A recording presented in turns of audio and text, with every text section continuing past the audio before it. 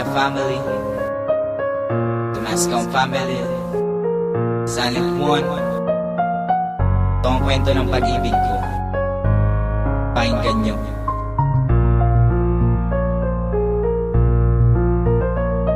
Ito ang aking kwento kung paano ko nakilala ang babaeng minahal kahit hindi to nagtagal. Tiniis ko ang lahat kahit ako'y nasasaktan. Minahal naman kita, pero ano ang ginawa? Iniwan akong nag-iisa sa pagpatak ng mga lola na katapos hinihiling ko lang naman. Sana tayo'y magbalikan at hindi maling iiwan at hindi nasasaktan. Ikaw pa rin naman ang babae sa'kin nagpapasaya. Pinilit kong tumawa para ako ay matuwa, pero lungkot sa aking mukha. Di na alintana pero mahal pa rin kita. Sana iyon na tong malaman at iyong tatandaan. Bibigyan kita nang wala nang hihigit ko sa pamahal ng iba. Sana ikaw na nga, ikaw pa rin.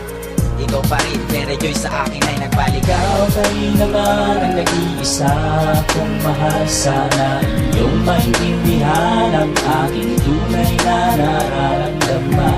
Kapag ikaw ay bumalik sa piling ko, sinta hindi na muling pababayaan at di na hayaang mawalay ka pa. Kahit na tayo ay bata pa, alam ko na hindi ka pa handa na ako'y iyong mahalin. Dahil sa puso mo may nakalaan ng iba.